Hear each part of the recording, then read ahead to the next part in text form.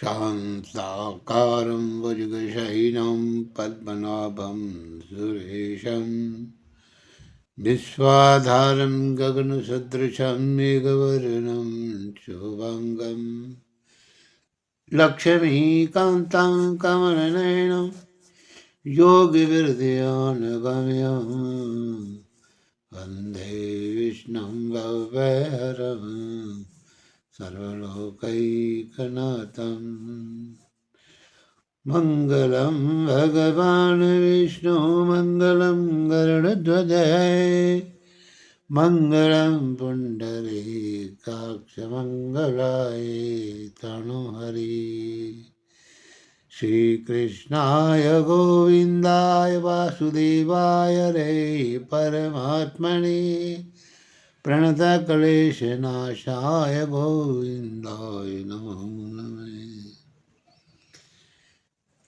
अब श्रीमद् भागवत महापुराण 10वां स्कंद के 9वें अध्याय की कथा आपको सुनाता हूँ। तो हे श्रोताओं, आपके ऊपर भगवान विष्णु जी और लक्ष्मी जी की अपार कृपा बनी रहे और कृपा करके इस कथा को पूर्ण रूप से सुना करें और मेरी इस कथा रूपी वीडियो को लाइक और शेयर भी करें और हमारे चैनल को भी सब्सक्राइब करें। तो अब आप इस कथा को सुने। तो यशोदा का श्याम सुंदर को उखल से बांधना। सुखदेव जी ने कहा कि हे राजन, एक दिन सुबह के समय यशोदा गोपियों समेत अपने घर में दही मथ रही थी।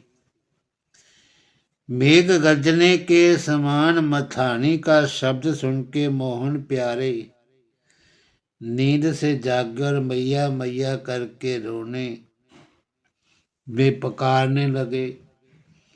जब उनका रोना किसी ने नहीं सुना तब आप ही उठकर के रोनी सूरत बनाए हुए यशोदा के पास जाकर तुतलाते हुए बोले, मैया तू पुकारने पर भी मुझे कलेवा देने नहीं आई।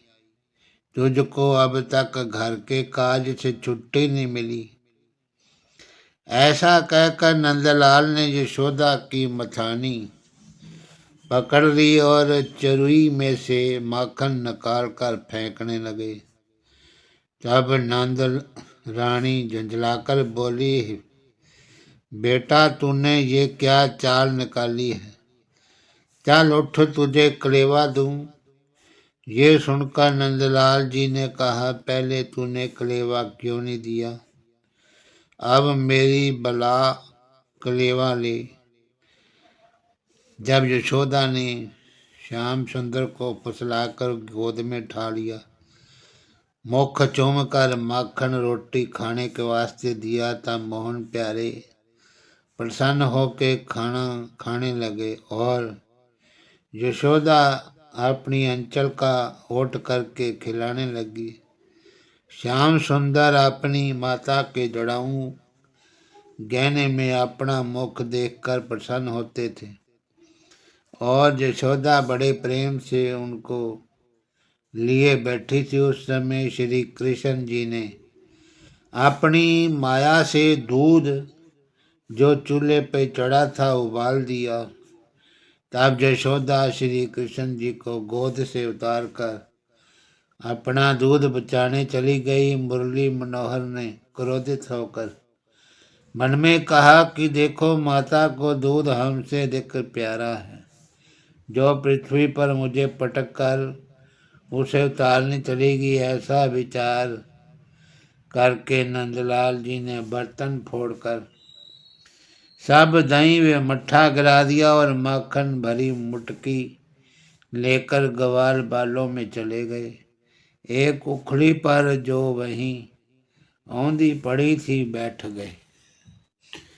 तब उनके साथी लड़कों ने कहा कि नित्य तुम हमारे घर का माखन व दही खाया करते थे, आज अपने घर का हमें भी तो खिलाओ।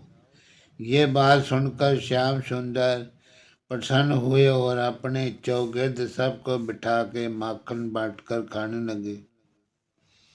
जब यशोदा ने आकर अपने आंगन में दही मट्ठे की कीचड़ देखी, तब छड़ी हाथ में लेकर जहाँ पर श्याम सुंदर माखन खा रहे थे जा पहुंची। उसे क्रोध में आते देखकर केशव मूर्ति ग्वाल बालों समेत भाग चले और यशोदा उनके पीछे पीछे दौड़ी। आगे सुंदर श्याम घन पाछे यशुमती माए, दामिनी ज्यों दौड़ी फिरई हर नहीं पकड़ो जाए। जब यशोदा श्याम सुंदर को ना पकड़ सकी, तब बहुत सी गोपियों को साथ लेकर पकड़ने के लिए दौड़ी। तिस पर भी वे हाथ में नहीं आया। हे राजन, जिस पाल ब्रह्म परमेश्वर ने अपने दो पग में 14 लोक नाप लिया था, उनको किसकी समर्थ है जो पकड़ सके। जब यशोदा आदि सब ब्रजबाला दौड़ती दौड़ती थक गई और श्याम सुंदर के शरीर तक किसी का हाथ नहीं पहुंचा, तब दीनानाथ भक्तवत्सल माता को दुखी देखकर अपनी इच्छा से यशोदा के पास खड़े हो गए। यशोदा ने उन्हें पकड़ लिया और क्रोधवश उन्हें बांधने के लिए एक रस्सी मांगकर कहा कि मैं तुझे समझाते समझाते हार गई, पर तूने माखन व दही चलाकर खाना नहीं छोड़ा। अब तुझे मैं उखड़ से बांधूंगी। जब ये कहकर यशोदा श्याम सुंदर को रस्सी में बांधने लगी, तब गोपियों ने नंद रानी से हंसकर कहा कि तुमको हम लोगों का कहना झूठ मालूम होता था, आज अपनी हानि देख करके तुम्हें भी सत्य मालूम हुआ। ये बहुत अच्छी बात है जो माखन चोर को बांधती हो। जब यशोदा श्याम सुंदर को रस्सी में बांधकर गांठ देने लगी, तब वैकुंठनाथ की माया से 2 उंगल रस्सी छोटी हो गई। यशोदा ने गोपियों से रस्सी लाने को कहा। ये बात सुनते ही सब ब्रजबाला हंसकर कहने लगी कि इन्होंने हमारा माखन व दही बहुत चरा कर खाया है, सो इनको बांधने के वास्ते हम रस्सी लाती हैं। जब गोपियां अपने अपने घर से रस्सी लाई और यशोदा सब रस्सियों में गांठ देकर दीनानाथ को बांधने लगी, तब भी परमेश्वर की इच्छा से गांठ देते समय वे रस्सी छोटी हो गई। श्याम सुंदर जी की ये महिमा देखकर सबको आश्चर्य हुआ। जब रस्सी पूरी न होने से यशोदा आदि गोपियों का हार मान गई, तब केशव मूर्ति अपनी इच्छा से एक छोटी रस्सी में बंध गए। यशोदा ने क्रोधवश गांठ देकर उस रस्सी उखल में बांध दी और सब ब्रज बालाओं को सुगंध धराकर कहा कि इसे कोई मत खोलना। उसी तरह भगवान वैकुंठनाथ को बंधा हुआ छोड़ के यशोदा घर का काम करने चल लगी। इतनी कथा सुनाकर सुखदेव जी बोले कि हे राजन, देखो, जैसे पार ब्रह्म परमेश्वर का दर्शन ब्रह्मा देवता भी महादेव जी को जल्दी ध्यान में नहीं मिलता, वे ऐसे भक्त के अधीन रहते हैं कि रस्सी में बंध गए। परमेश्वर की माया ऐसी बलवान है कि यशोदा ने 2 बार उनके मुख में तीनों लोकों का व्यवहार देखा था, तिस पर भी उनको ना पहचान कर उखल में बांध दिया। आप बंधावत प्रेम वश भगतन छोरत फंद। वेद पुकारत रात दिन भक्त वत्सल नंद नंद। हे राजन, पहले तो वो गोपियाँ श्याम सुंदर को बांधते समय हंसती थी और यशोदा के चले जाने पर मोहन प्यारे को बंधे हुए उदास देखकर सब रोने पछताने लगी।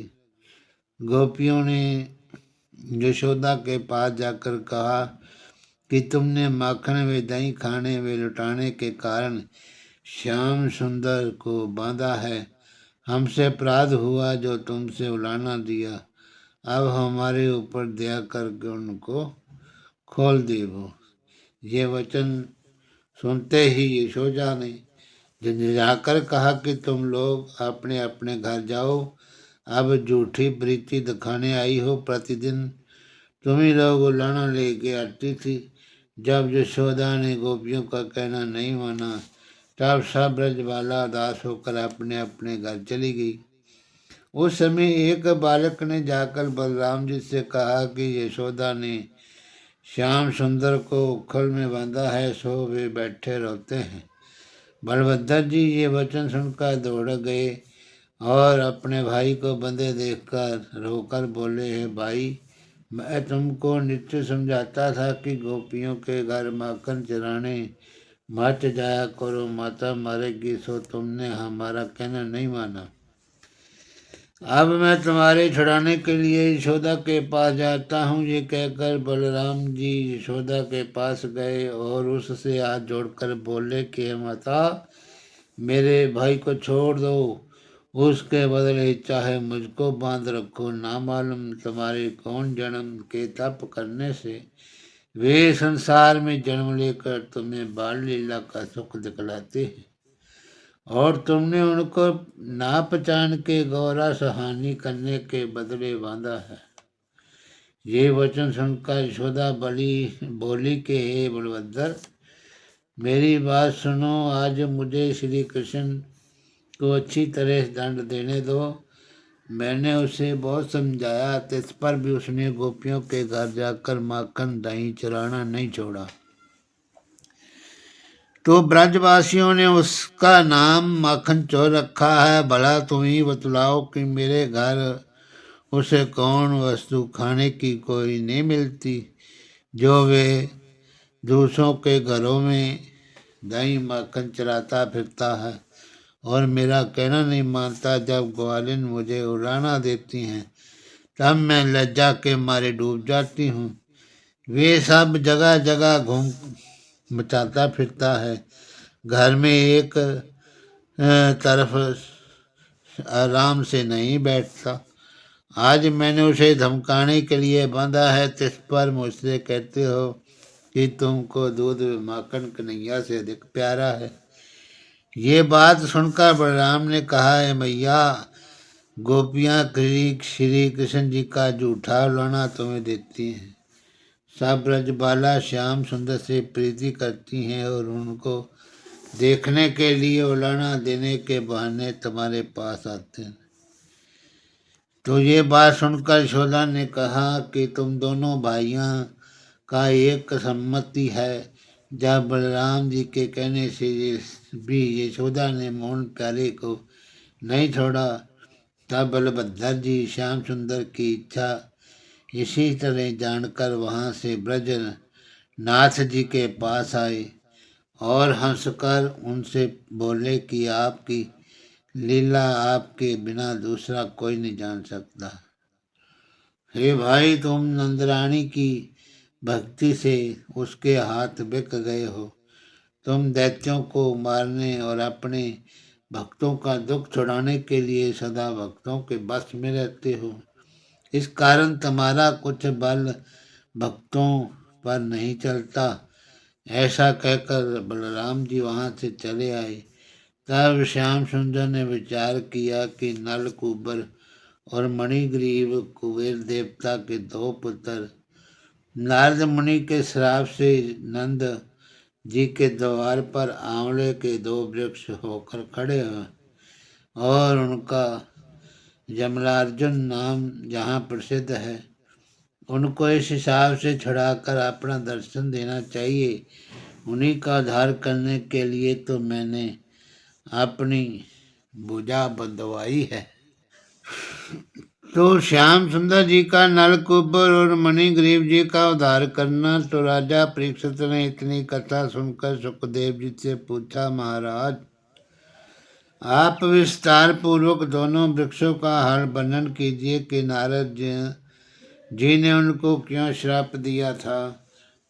सुखदेव जी बोले कि हे राजन, पिछले जन्म में नलकुबर और मणिग्रीव कुबेर देवता के दो बेटे महादेव जी की भक्ति करने से धन पात्र होकर कैलाश पर्वत पर रहते थे।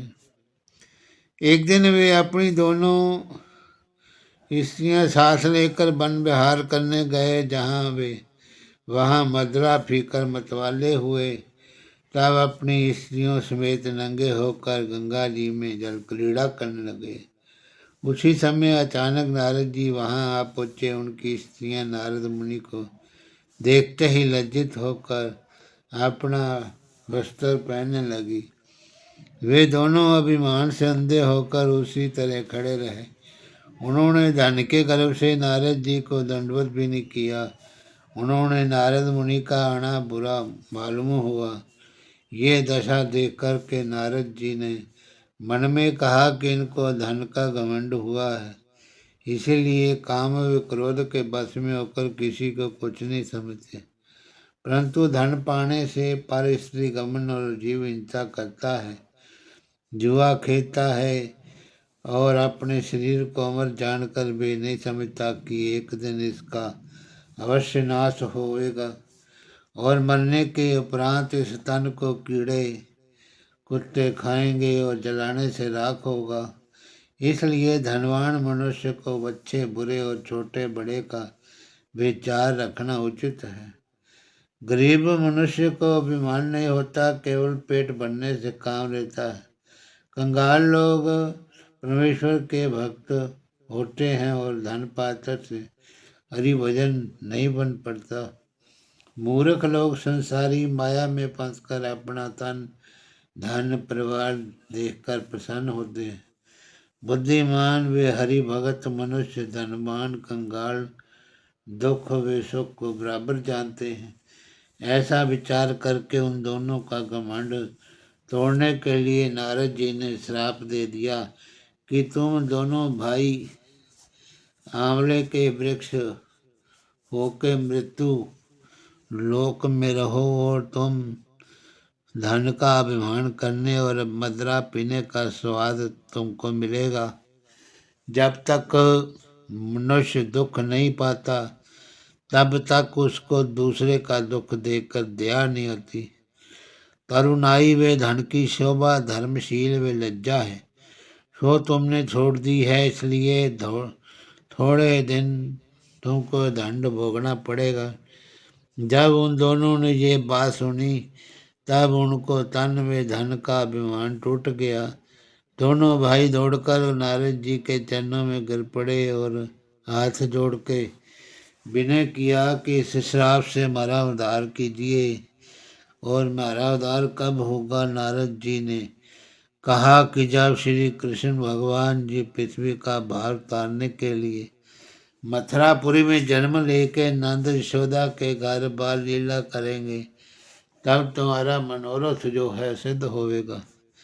हे राजन, उसी शाप से वे दोनों गोकुल में आकर यमलार्जुन नाम आंवले के वृक्ष हुए थे और उस समय श्री कृष्ण जी उनका शाप याद करके उखड़ को घसीटते हुए उन वृक्षों के पास ले आए और उन दोनों वृक्षों में उखड़ अड़ाकर ऐसा झटका दिया कि वे जड़ से उखड़ गए।